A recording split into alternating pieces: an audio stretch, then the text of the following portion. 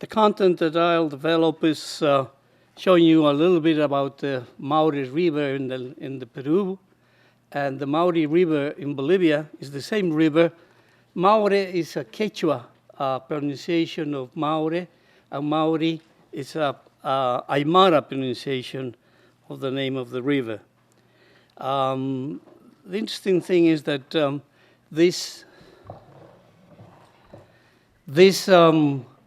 river has high quantities of arsenic, boron, and they sort of show you also the electrical conductivity of those elements causing the movement of electricity, and then the conclusions. Just to point out where we're located, here is Bolivia. This side we have Brazil, we have Argentina, Paraguay, Chile, and Peru. And here in this map we show the transbound big macro basins of South America. This is the Amazon macro basin. This is the Rio de la Plata macro basin. The Orinoco up in the north with Venezuela and Peru and Colombia. And then we have this little transboundary basin that is around Lake Titicaca, and that's where the location of this river is.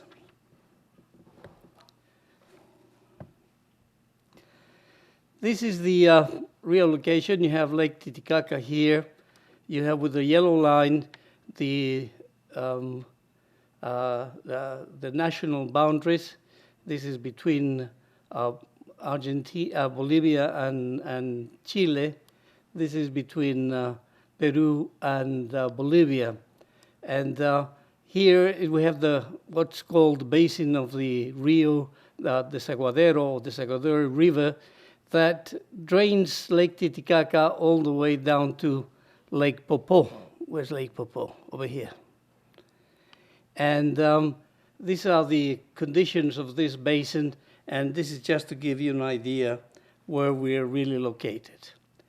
To give you an idea also is that Bolivia is an upriver country and a downriver country. The thing is that 93% is a upriver, and the rest is only downriver. This is the sort of water that we throw into the Amazon River, and this is the Beni River, one of the affluents that drains towards the Amazon, and you can see the amount of water. And this is the Mauri River, that's a downriver. So you can see the difference of water that comes and goes from Bolivia.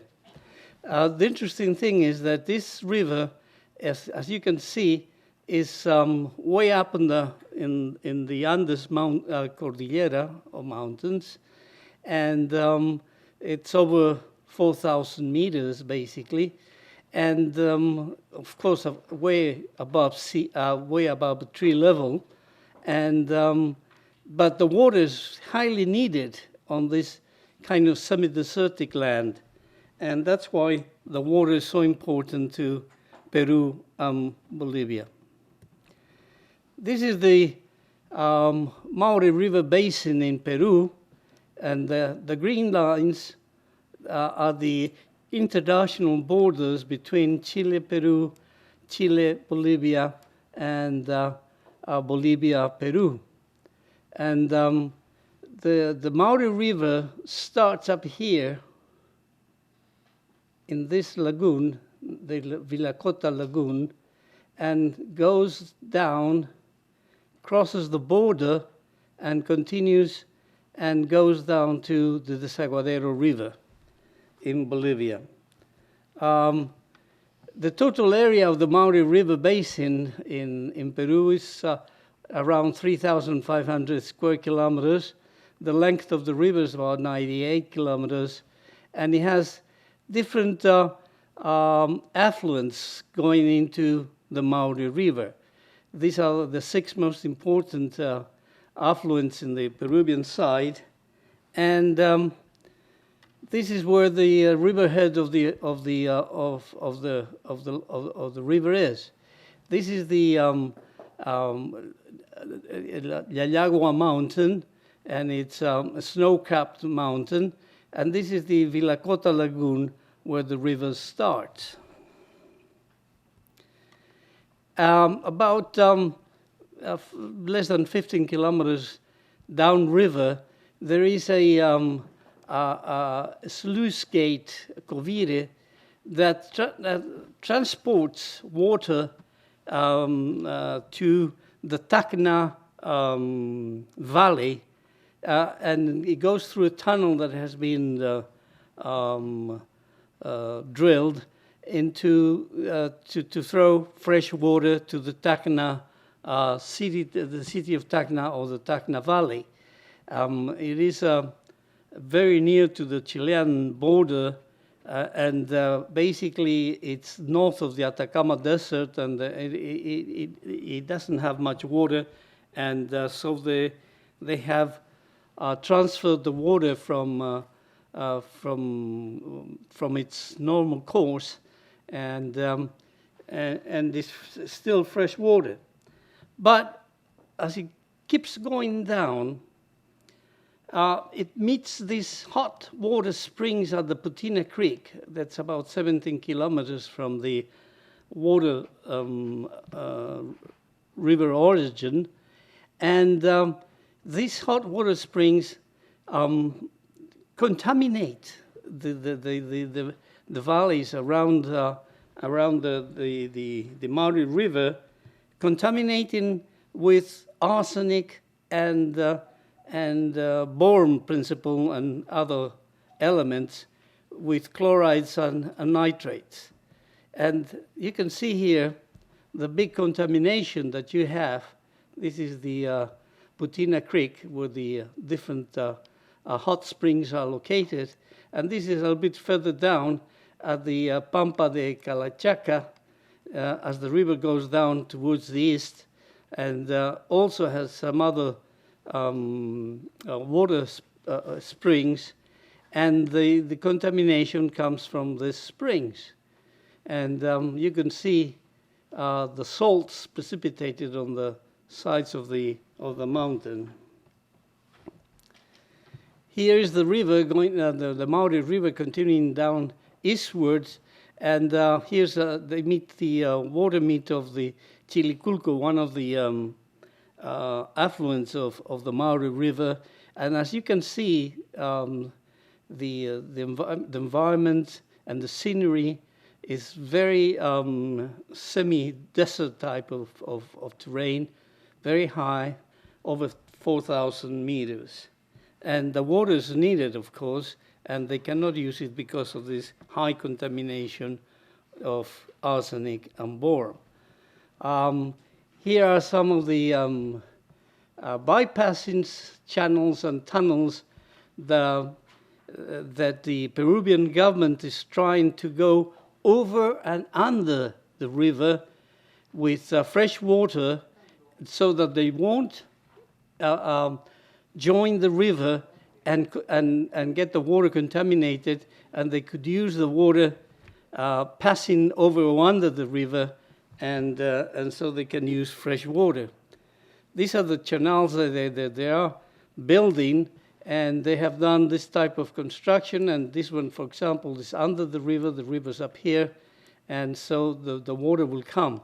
They haven't concluded those channels. Some of them, they are concluded, but they're not using it because they have to come to an agreement with the Bolivians, in the sense that the water that keeps going east towards Bolivia, if it doesn't receive fresh water from the affluents, it will get heavier contaminated, because it will be less water there to dilute it. And so something has to be worked out between the two governments. This is the Mauri River on the Bolivian side. And as you can see, it's not a deep river. This is an old crossing point of a road that goes to Charaña. Nowadays, they have a bridge over the river here. And this is the Mauri River in the Bolivian side, and comes in on the frontier here, and continues to the station of Abaroa, and continues to this intercept of the Blanco River, and goes to Desaguadero. Here's the Desaguadero, and that's the river that joins Lake Titicaca with Lake Popo in the south, Lake Titicaca in the north. And it has the following characteristics in the Bolivian side.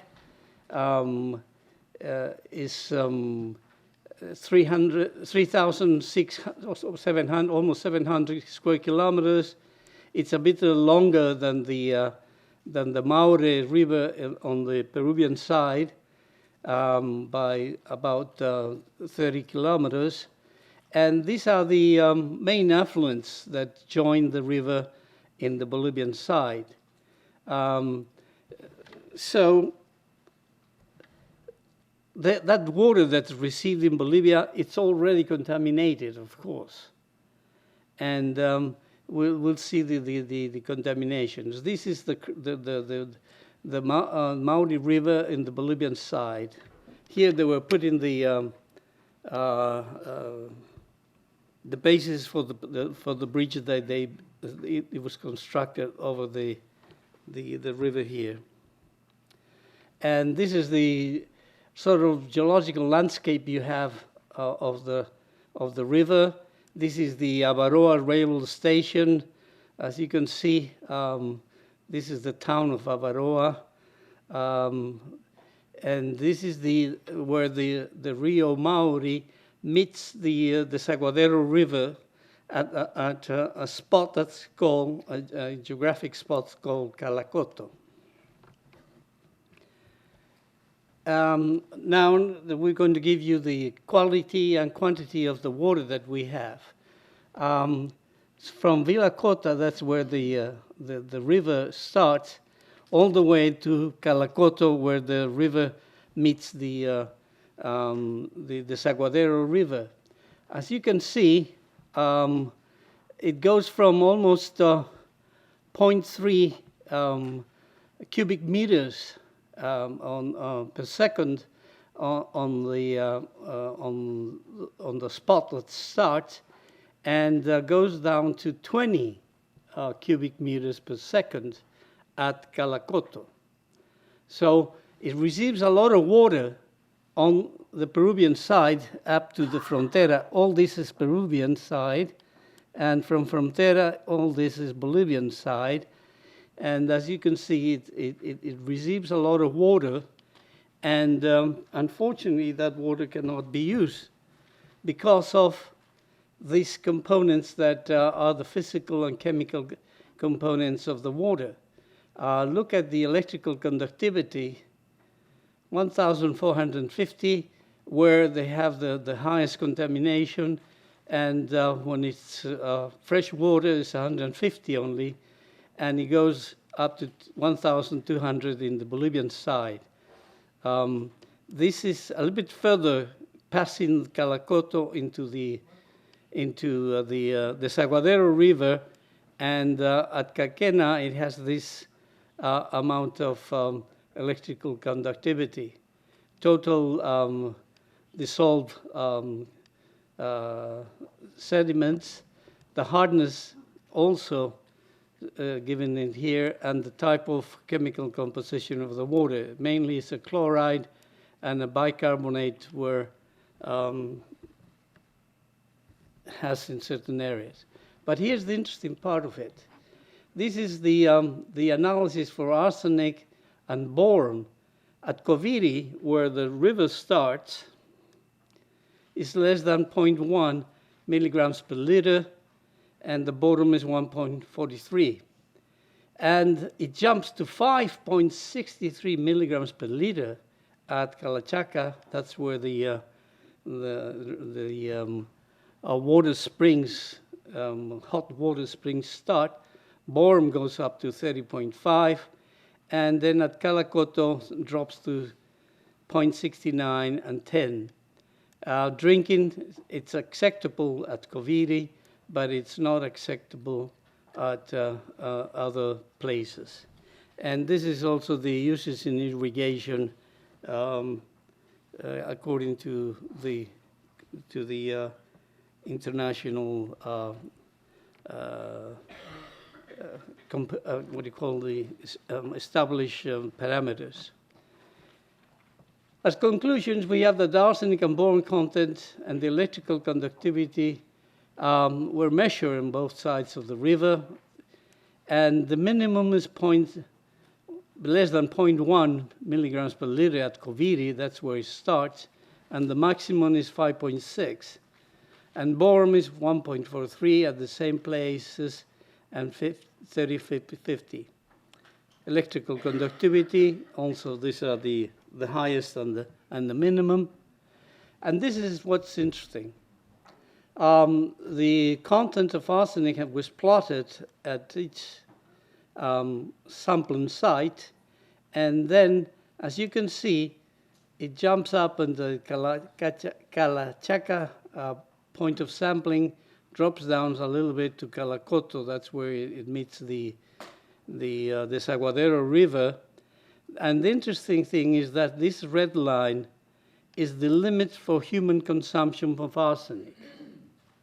So the river has almost 15 times as much that what human can stand. And in relation to boron, it has the same sort of picture, and this is the limit of boron consumption in the human body. And in relation to the megaohms per centimeters of electrical conductivity, you have the same type of thing. So it shows you the amount of chemical elements that the river has. So as conclusions, this is rather fast. The Mauri River is a binational river, and is of great interest to both countries, of course, since it goes through areas that need urgently water for their development, especially agriculture. Its natural contamination is severe, and there's no simple and cheap alternative to treat it. There's no way to treat it. The amount of water and the amount of contamination it has, there's no way to treat it, and it's a constant income of contamination. What is the high arsenic and boron natural contamination makes these waters useless and dangerous to human health. What's interesting that this water also sort of irrigate high Andean grass that's called bofedales. And of course, it has the arsenic and boron that have on these bofedales, and the llamas and the that eat the grass. We don't know if the boron and arsenic is concentrated and stays in the meat of the animals, because that meat is consumed by the natives. As I said before, in order to just use the fresh water, the Peruvian authorities are building these bypasses over and under the river, where large affluent of the river joins the Mauri River. Bolivia has to receive some type of compensation for lesser amount of water they would receive and a more heavily contaminated water that is and will be received at the Desaguadero River. This is the problem that has to be solved, and hasn't been talked yet between the two authorities of the two countries. So basically, that's the short talk that I have. And this is a bofedal, as you can see here, and you have the llamas eating the grass, and the bofedal is irrigated by the contaminated waters of the river. Thank you.